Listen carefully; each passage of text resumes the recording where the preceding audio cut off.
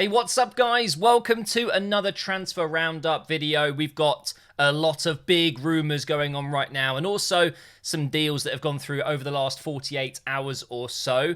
So let's get straight into the first confirmed deal involving Tottenham. They have signed Matt Doherty from Wolves. This is an interesting one because Doherty is an Arsenal fan. There's lots of tweets from, I think it's at least 6, 7, 8 years ago.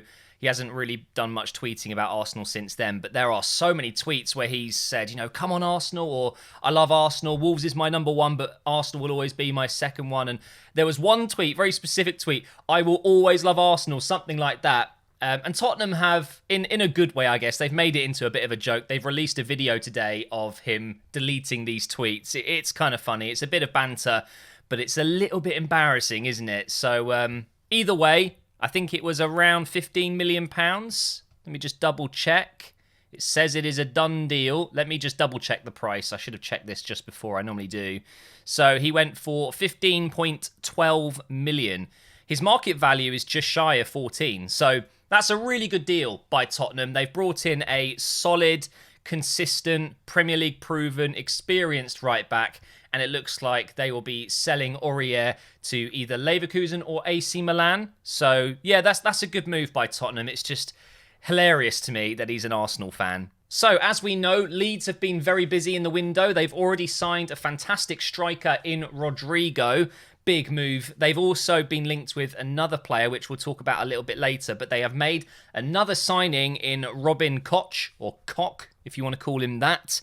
This is an absolute bargain. They've signed him for 11.7 million. This guy is worth more than that for sure. He is listed with a market value of 15.3 million. So it really is fantastic business. And I think this confirms that maybe Leeds will not be able to bring in Ben White. And it looks like they might be losing out on Holding as well, because of course he's been linked with Newcastle. We'll talk about that one later as well. But this seems like a very good move for Leeds. He can play in midfield. I know he played for Freiburg as a DM a couple of times, but most times he's played as a centre-back. He's tall, he's still only 24, and I think he could become a very, very good signing for Leeds. Reportedly, Leeds are interested in signing Rodrigo de Paul. I don't know if I've said his name right there. Attacking midfielder. We're looking at 30 to 35 million pounds to bring him to Leeds. It's a lot of money. But what a signing that would be, and what a message, what a statement that would be, Leeds sending out to the rest of the Premier League. We're here to stay, making some big moves in the window. But I like this guy. He's short, well, not massively short, but he's not very tall. He's a tricky customer, very tricky on the ball. And I think he would be a great signing for Leeds as well. And that would, of course, bring their spending to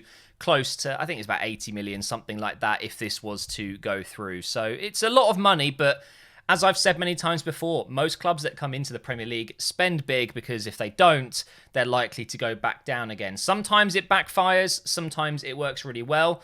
We'll have to wait and see. Okay, let's talk about Rob Holding. We saw him yesterday play for Arsenal in the Community Shield win against Liverpool. We won the trophy. We're going to win the Premier League. He is linked with a move away to Newcastle on loan with no obligation to buy, no option to buy. Just a simple 12-month loan, or a season loan.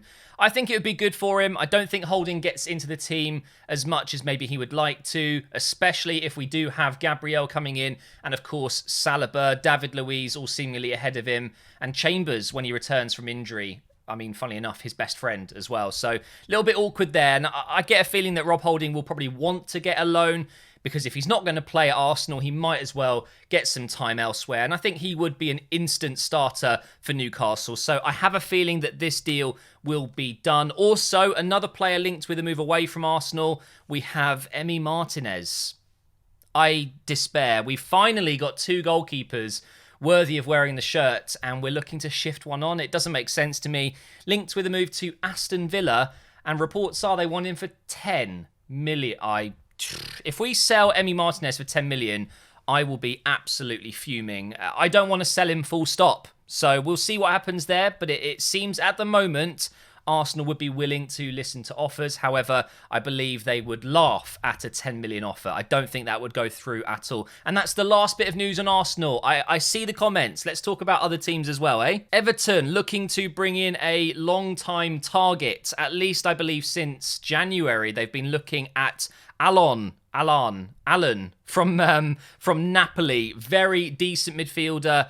He seemingly wants to join Ancelotti at Everton.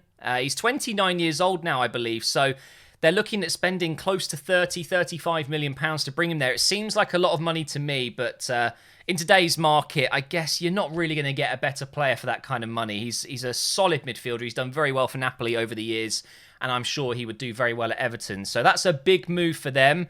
I'm sure it's 100% because Ancelotti knows the player. He knows he would fit in well. And Everton, I mean, they would be instantly improved with a deal like this. Finally, we can discuss Manchester United. It's been so quiet, except from the Sancho deal. Not much going on really, is there? But now they are very highly linked. It seems to be quite hot news at the moment with Donny van der Beek of Ajax. £40 million is reportedly the fee they would be looking for, and Manchester United are in talks. So that could be something to watch out for over the next few days as it develops. I'm sure Donny van der Beek is in. He's probably attracting interest from a lot of clubs, but at the moment it seems like Man United are leading that race. He was superb that year that Ajax got so far in the Champions League. He was one of their special players. I think he was outshone by some real superstar performances from, De Ligt, De Jong, and other players. But no doubt in my mind that Van der Beek is an incredible young player, and I think he would be a great signing for United. So I reckon that has some sense. I reckon it could happen. And just when you think Chelsea are probably done, you think they've spent enough money, right? No, they're not done yet. So not only have they spent an incredible amount of money already, they're almost signing Havertz. We've talked about that a few times. Apparently, when that's done, they're going to go in for Declan Rice. That's another move that we've talked about. But now they're linked with Donnarumma. They desperately want a new goalkeeper. Kepa, as we know, has been pretty not so good. And if they can sell Kepa, they're going to make a move for Donnarumma because I don't think they're going to be able to get Oblak. That would surely be too much of a stretch financially anyway. But this is something that's kind of popped up over the last few days. I don't know how much truth there is to it, but Donnarumma is on insane wages at AC Milan, and I'm sure maybe now they're thinking maybe he isn't actually going to be the next Buffon. He's a good player, don't get me wrong, and he's still so young, but maybe they're trying to offload some of that huge wage portion. It's ridiculous how much money he's on, apparently. So Chelsea are the club in line in first, I guess. They need a new goalkeeper, and Donnarumma is the target. Oh, Troy Deeney. Oh dear. Relegated with his beloved Watford. Said some nasty things about Arsenal. He was probably right at the time. He is linked with a move to West Brom, who of course have gone up into the Premier League. There's no doubt in my mind that Troy Deeney is still a good striker. He's still valuable. I think he would be better off staying in the Championship. I think he'd do really well there. But he's a Premier League quality player. I'm not afraid to admit that, even though I don't really appreciate those comments he made, even though they were true. It still stung. But West Brom apparently are looking to bring him in. He's got so much experience, and there isn't many strikers like him. Troy Deeney is just like, he's a Hulk up top. He's not quick. He's not particularly gifted with the ball at his feet, but he's just a nuisance. He's just annoying to play against, and I think I would like to see him have another go in the Premier League. And it would be weird not seeing him at Watford, but hey, if that's what he's got to do to stay in the Premier League, I think West Brom is probably a good shout. Now, this deal is fresh. This has happened in the last hour or two. There were reports that it was happening, but now I believe it is official. We've got Weston McKennie, the Schalke midfielder from the US. He was linked with a move to Juventus, and there was pictures of him flying over to Turin and stuff like that. Apparently, he has now signed a loan deal with Juventus with an obligation to buy, so he will become a fully fledged Juventus player next season. It's an incredible bit of business. I love Weston McKennie. You guys know I'm a big fan of him in FIFA in particular. He's an absolute monster in that game, but having seen him play a few times for Schalke, he is just an ultimate box-to-box midfielder. He's strong, so physical, good pass, good shot on him, and he looks like a very talented young player. And this is a big move for him. Whether or not he's ever going to really break into that team in the first season or not, I don't know. That's a tough one. But he was also linked with Southampton. That has fallen through. He's in Turin right now, signing that deal. It's going to be made. Well, I think it is official right now. I don't think Juventus have actually said anything about it, but all the in-the-know accounts have said it's done. And Weston McKennie is a Juventus player. Let's do a quick update on the Lionel Messi situation. It's going to move slowly. There's going to be plenty of twists and changes in this narrative. But right now, the Barcelona players were expected back into training today. And guess what? Lionel Messi wasn't there. He was nowhere to be seen. There were reports that he was in London. I don't know if I believe that. Someone said that they spotted him, I think, on Twitter, but it's probably a load of rubbish. Some people were reporting that I think it was Sky, that Pep Guardiola was in Spain. I mean, he could be just going to see family. Why has everything got to be linked? You know, it doesn't mean he's gone to Messi's house to say, please join Man City.